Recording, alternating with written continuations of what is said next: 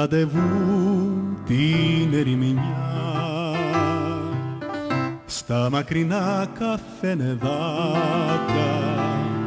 της μιας δραχμής τα γιασεμινιά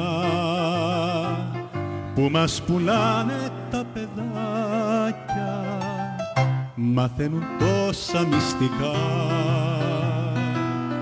που όταν χωρίζει κάθε τέρι μπαίνουν στο γόρφο βιαστικά πριν παραπέσουν ξαφνικά σε ενός αδιάκριτου το χέρι.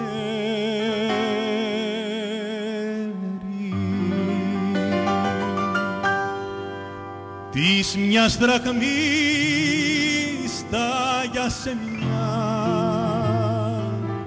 λένε στα ξέγνια στα ζευγάρια που απ' τις αγάπες τους καμιά ποτέ δεν ζει πολλά φεγγάρια και έχει μια μόνη να σχοιμιά ο έρος που όλους περιπέζει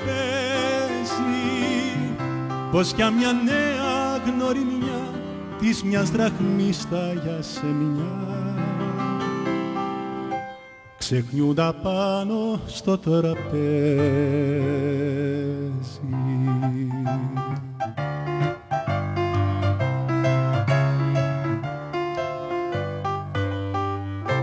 Και τα δικά μας γιασεμιά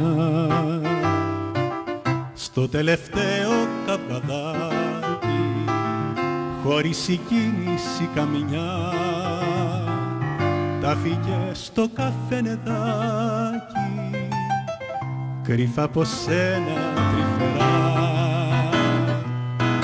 Εγώ τα μάζεψα κυρία κι από ένα φάκελο ξερά μου λένε τώρα θλιβερά τη σύντομη μας ιστορία.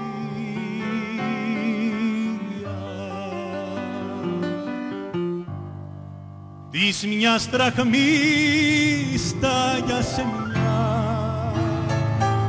λένε στα ξέγνια στα ζευγάρια που απ' τις αγάπες τους καμιά ποτέ δεν ζει πολλά φεγγάρια και έχει μια μόνη να σκοιμιά ο έρος που όλους περιπέζει πως για μια νέα γνωριμιά της μιας δραχμής τα γιασεμιά